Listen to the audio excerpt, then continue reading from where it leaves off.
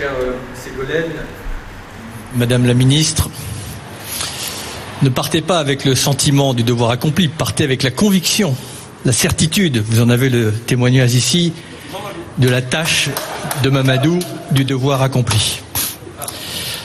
Je voudrais peut-être préciser le vocabulaire. J'ai entendu dire que j'allais vous remplacer. Ce n'est pas possible. Parce que vous êtes tout bonnement irremplaçable, Ségolène. Vous êtes une grande dame, et je tiens à vous le dire.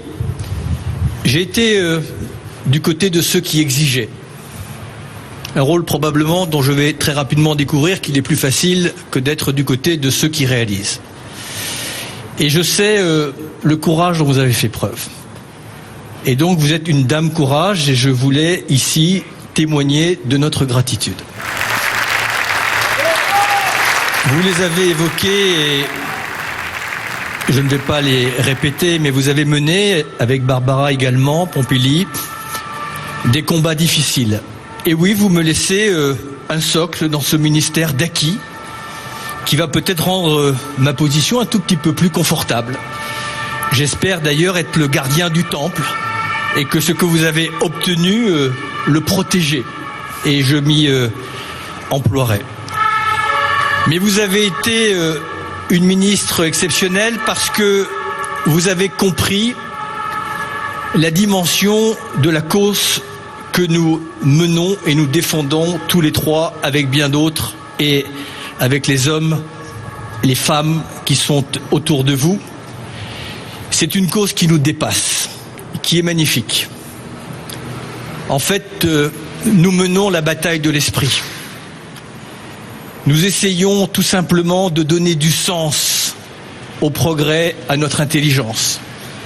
Ce ministère, il vaut bien mieux que son appellation environnement, d'écologie, développement durable.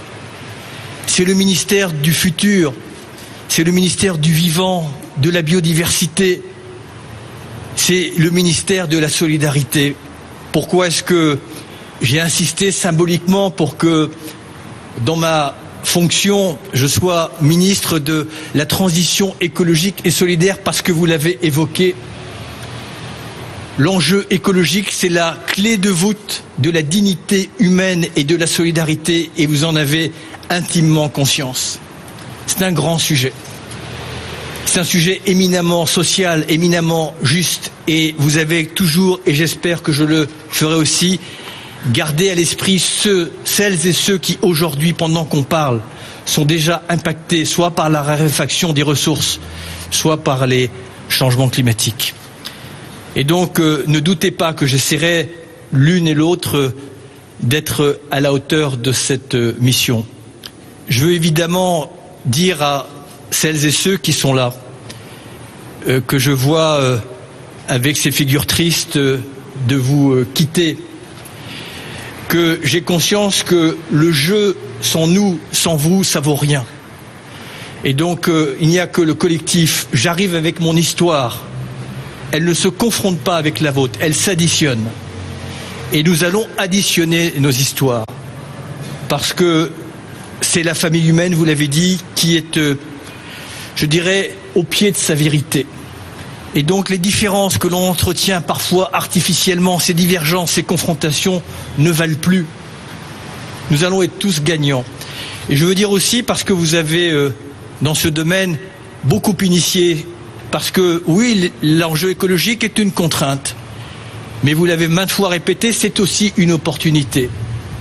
Il y a un nouveau modèle qui est en train d'être en gestation. On dit souvent que dans une forêt, on entend l'arbre qui tombe, mais pas les milliers d'arbres qui poussent. Eh bien, ces milliers d'arbres qui poussent, et notamment cette fantastique créativité que j'ai, et vous avez identifiée dans les petites, les moyennes entreprises, dans le tissu associatif, bien entendu, et puis parfois, et même très souvent, dans les collectivités locales. Eh bien, on va essayer que demain, elles deviennent, ces créativités, les standards de demain.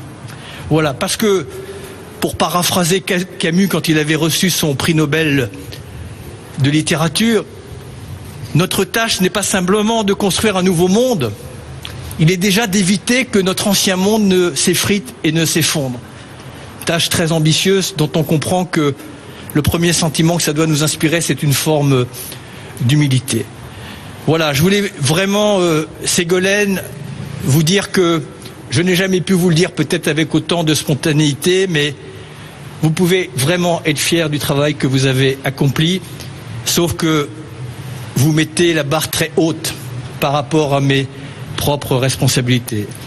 Et je sais que nous resterons très proches dans l'esprit et dans le cœur. Merci beaucoup. Bravo.